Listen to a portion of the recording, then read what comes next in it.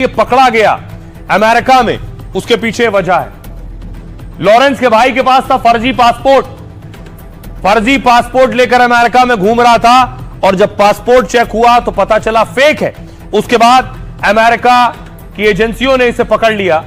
आइए अब आपको बताऊं कि कैसे भारत लाया गया। अनमोल बिश्नोई को अमेरिका से प्रत्यर्पित किया गया है लॉरेंस जेल में। एनआईए अनमोल को अमेरिका से दिल्ली लेकर आई है। पटियाला हाउस कोर्ट ने उसे 14 दिन की एनआईए कस्टडी में भेजा है। अनमोल लॉरेंस बिश्नोई का भाई और कई केस में वांटेड है। अनमोल 2022 में जाली पासपोर्ट की मदद से भारत से फरार हुआ। गोल्डी बरार और दूसरे साथियों के साथ कैलिफोर्निया में रह रहा था। पिछले साल अक्टूबर में एनआईए ने उस पर इनाम का ऐलान किया। 10 लाख रुपए का इनाम रखा अनमोल बिश्नोई पर। अक्टूबर 2024 में अमेरिकी एजेंसियों ने इसे पकड़ लिया। अमेरिकी एजेंसी ने इसके पास फर्जी पासपोर्ट और दस्तावेज पाए। अमेरिकी पुलिस ने उसे अवैध प्रवेश के आरोप में गिरफ्तार किया। बाद में एफबीआई ने डीएनए और आवास के मिलान से इसकी पहचान की। पहचान के बाद एफबीआई ने भारतीय जांच एजेंसी को इसकी सूचना दी। बाद में अनमोल बिश्नोई को अमेरिका में जमानत मिल गई, लेकिन इसके पैर में मॉनिटर की मदद से ट्रैकिंग पर इसे रखा गया था, एंकलेट मॉनिटरिंग से। लगभग 12 अक्टूबर 2024 को एनसीपी नेता बाबा सिद्दीकी की हत्या हो गई। बाबा सिद्दीकी की हत्या में अनमोल बिश्नोई का नाम आया। फिर मुंबई पुलिस ने प्रत्यर्पण प्रक्रिया के लिए कोर्ट का रुख किया और गृह मंत्रालय के माध्यम से विदेश मंत्रालय को पत्र लिखा।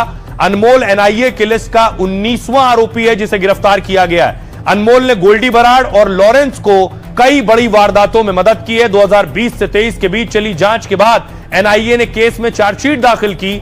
अनमोल बिश्नोई अमेरिका से लॉरेंस के लिए टेरर सिंडिकेट चलाता रहा है। वो गैंग के लोगों को पनाह, पैसा, लॉजिस्टिक सपोर्ट देता था। इसके अलावा वो विदेश से भारत में धमकी और वसूली भी करता था। सुनिए जरा क्या कह रहा है उसका वकील। अनमोल बिश्नोई को यूएस से डिपोर्ट करके आईजीआई एयरपोर्ट पे गिरफ्तार किया गया और उसको कोर्ट के सामने पेश किया गया। हमने कोर्ट को बताया कि वो भगौड़ा था, भागा हुआ था। हमारे इन्वेस्टिगेशन के दौरान हम उसको पकड़ नहीं पाए थे और अब ढूंढ के हमने निकाला है और अब हम उससे पूछताछ करेंगे केस के बारे में और जो उनके गैंग जो टेरर सिंडिकेट है उसके सदस्यों के बारे में और किस तरीके से ये लोग ऑपरेट करते हैं उसके बारे में। एनआईए ने 15 दिन की पुलिस कस्टडी की डिमांड की थी और हमने एज यूजुअल हमने कोर्ट में यही सबमिशन किया कि we are ready to join the investigation और जो भी इन्वेस्टिगेशन में सपोर्ट होगा हम करेंगे।